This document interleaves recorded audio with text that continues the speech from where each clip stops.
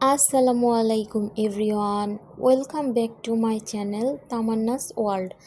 আশা করি তোমরা সকলে খুব ভালো আছো। আমরাও আল্লাহর অশেষ রহমতে খুব ভালো আছি। আজকে আমি তোমাদের সাথে শেয়ার করব নারিকেলের পিঠা। আমাদের এলাকায় তো এটাকে নারিকেলের পিঠা বলে, তোমাদের এলাকায় এটা কি পিঠা নামে পরিচিত অবশ্যই কমেন্টে বলে যেও।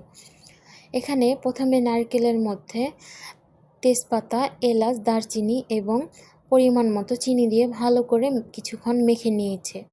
এ পর্যায়ে এখন চুলার মধ্যে বসিয়ে ভালো করে কিছুক্ষণ নেড়েচেড়ে রান্না করে নিব, যাতে নারিকেলটা আঠালো একটা ভাব আসে। আর খেয়াল রাখতে হবে নারিকেল যেন নিচে পোড়া না লাগে। পোড়া লাগলে নারিকেলটা তেতো হয়ে যাবে, খেতে ভালো লাগবে না। পিঠার মধ্যে একটা পোড়া গন্ধ এসে যাবে। আর এই দিকে পিঠার জন্য নারিকেলের পুরগুলো লম্বালম্বিভাবে বানানো হচ্ছে।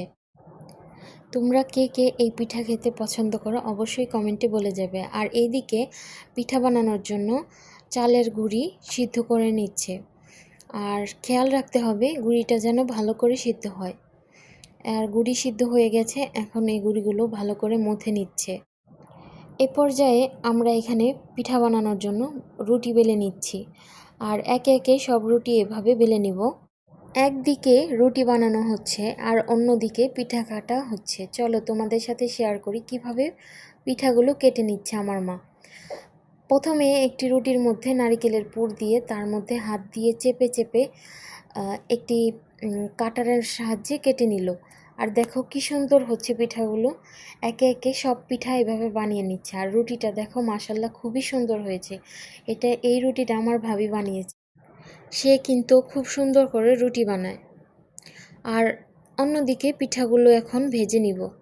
পিঠা ভাজার জন্য কড়াইয়ের মধ্যে তেল ঢেলে দিলাম। তেলটা গরম হওয়ার অপেক্ষা করছি। আর এইদিকে দেখো পিঠাগুলো কি সুন্দর করে কাটছে। এইভাবে পিঠা কাটতে আমার খুবই ভালো লাগে। আর যাই হোক, চলো এবার পিঠাগুলো ভেজে নিই।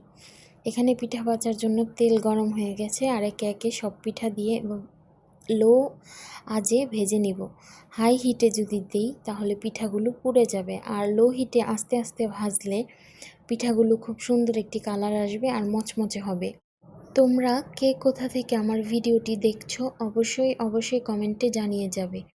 আর আমার পিঠা বানানোর ভিডিও তোমাদের কেমন লাগলো সেটাও বলে যেও।